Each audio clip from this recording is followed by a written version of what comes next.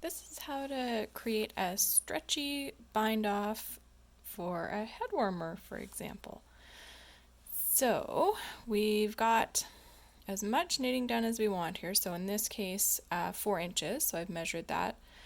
And what we're going to do now is, instead of like doing a toque where we would take the end and thread it through the stitches and then pull it tight, what we want to do now is actually keep this opening the same size as it is, right, to match this end, because it's just going to slide onto the head. We don't want it to come together at the top. So there's a different thing that we need to do. So we're going to leave all of the stitches as they are, so there's no decreasing in this like there would be with a toque. And what we're going to do is take off, we don't actually need the stitch marker anymore, so we can just put that aside. And here we go. So what I've done for this, there's sort of one typical way of binding off, kind of the easiest way, and this is just slightly modified, so it's still really easy, but it's just going to give us a little bit more stretch. So what we're going to do is, going into the first stitch, we're going to knit it just like normal. Second stitch, same thing. So this first part right now is a little bit different than the rest of it. Then what we're going to do with these 2 stitches that are on there is we're going to take the left needle and we're going to go into the front of both of them.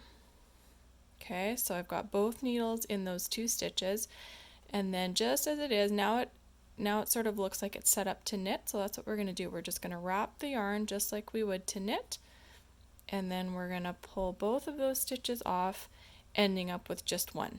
So we've gone from 2 stitches to 1. So from now on, the steps will always be the same. We're not ever going to knit 2 in a row like that anymore, because we've already got our 1 on the right needle.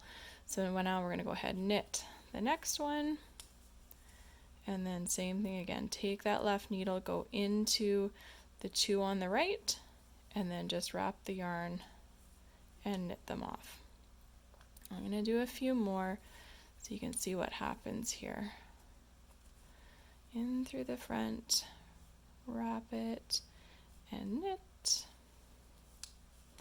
So really all we're doing is knitting along. It's just slightly different because of that double stitch there.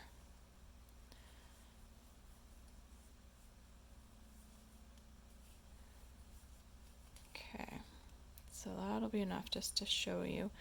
So now what we can see is we've actually got this edge here. So these are all the stitches. This will be the very last stitch that we'll come around to. And then all of these ones are the ones that I just did with that different bind off technique. So we can see that it's going to look very similar to when we cast on. So the edges will be almost matching there. So we'll go ahead and continue around, and then we're going to do the final steps in the next video.